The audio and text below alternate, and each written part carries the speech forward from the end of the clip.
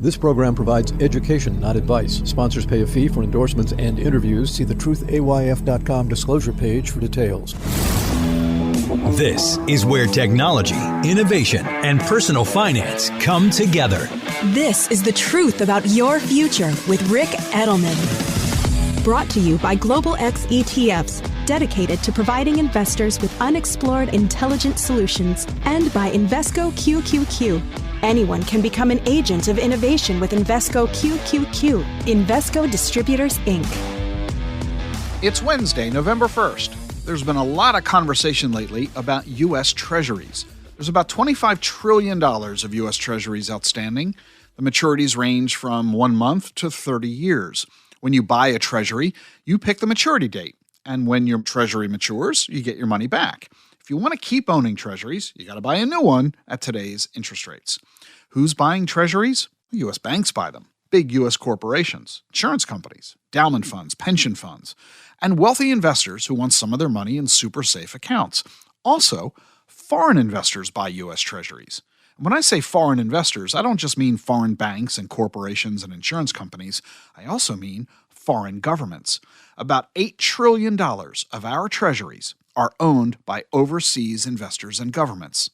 And the buzz lately has been that China, historically one of the biggest buyers of U.S. Treasuries, has not been reinvesting their Treasuries as they've been reaching maturity. China's holding of Treasuries are now about $822 billion.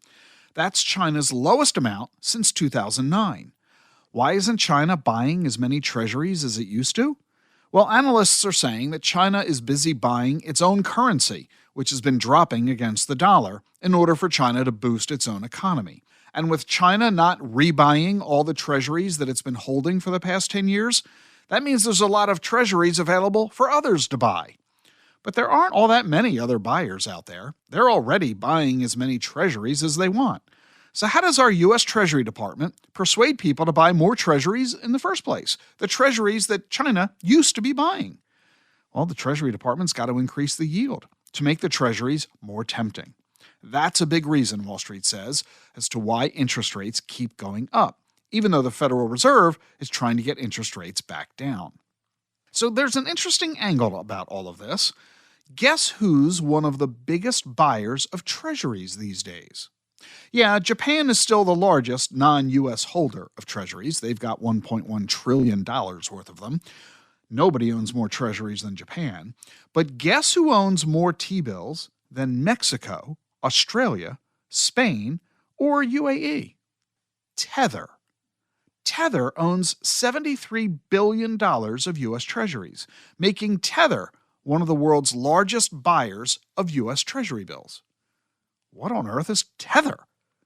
Tether is a stablecoin called USDT. Another stablecoin called USDC has $8 billion in Treasuries. In other words, crypto is coming to the rescue for U.S. Treasuries. They're among the largest buyers in the world. So what's a stablecoin? It's a digital asset backed 100% by U.S. Treasuries. When you buy a stablecoin, you send them your money, and for every dollar you send in, you get one stablecoin. $1 equals one stablecoin. That means your money is pretty much as safe as if you bought the Treasury directly. But you don't earn interest with most stablecoins. That's a big drawback. So why do so many people buy them? I mean, there's about $100 billion all told in dozens of stablecoins. Why? Think of stablecoins like the cash fund in your brokerage account.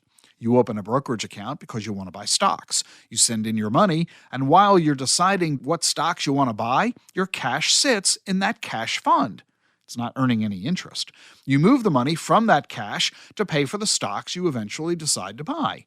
Later, when you decide to sell a stock, the proceeds of the sale go back into that cash account, sits there until you decide what stock you want to buy next. It's the same with crypto. You open an account to buy, say, Bitcoin or Ethereum or Solana or Polygon or Litecoin or whatever.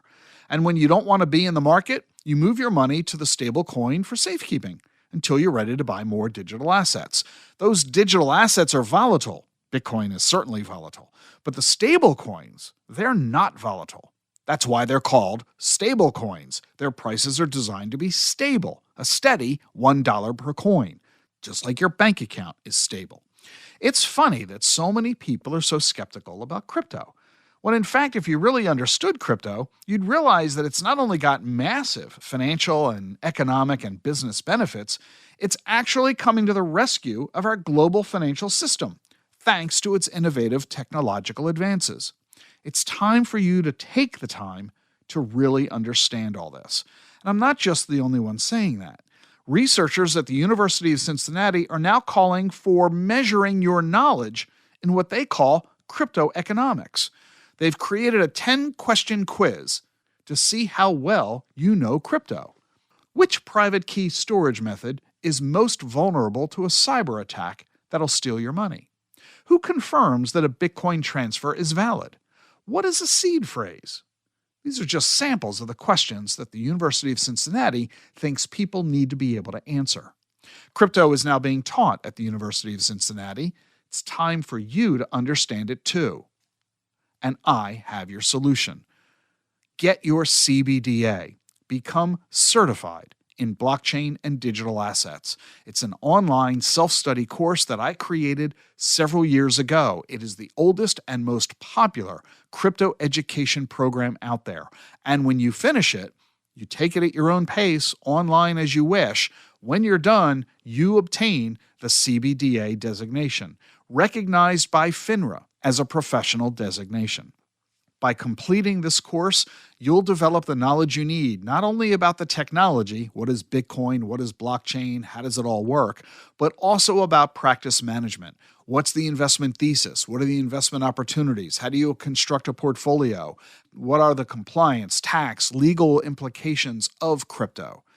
The CBDA designation. The link to it is in the show notes. I really encourage you to check this out. Join the thousands of financial advisors who have obtained their designation so that you can demonstrate to your client that you're staying cutting edge on the latest information about the newest asset class. And by the way, you'll get up to 18 CE credits at the same time. We now also offer a separate track for investors, consumers, and students, and a new ex-US track for financial professionals working outside the United States. There are also separate tracks for back-office financial executives and crypto professionals. Check it all out at dacfp.com. The link to the CBDA designation is in the show notes. The Hamas war against Israel is not an abstract headline. It's about real people fighting for their lives and Israel's very existence. It's not just about Israelis. This is a deeply personal fight for Americans, too. One such story comes from JB, a financial advisor with Edelman Financial, who has disrupted his own life to make a difference in Israel's fight for survival. In a special episode of my podcast on Monday, November 6th, I'll be sharing JB's story, a moving testament to courage and commitment. Join me in support for JB and our support for Israel. Landmark infrastructure legislation was passed in the last Congress. Now comes the work of getting it built. The Global X U.S. Infrastructure Development ETF, ticker PAVE, invests in dozens of companies helping shape the future of American infrastructure. Investing involves risk, including possible loss of principal. Investments in infrastructure-related companies have greater exposure to the potential adverse economic, regulatory, political, and other changes affecting such entities. Before investing, carefully consider the fund's objectives, risks, charges, expenses, and more in the full or summary prospectus at globalxetfs.com. Read carefully. Distributed by SEI Investments Distribution Company. The Truth About Your Future with Rick Edelman is brought to you by Schwab. You want control of your financial future, and Schwab knows that. That's why when it comes to managing your wealth, Schwab gives you more choices, like full-service wealth management and advice when you need it most. You can also invest on your own and trade on Thinkorswim, the powerful award-winning trading platforms. Plus, you'll get low costs, transparent pricing, and 24/7 live help. Because Schwab understands it's your financial journey, and they believe you should have choices in how you invest. Visit schwab.com to learn more.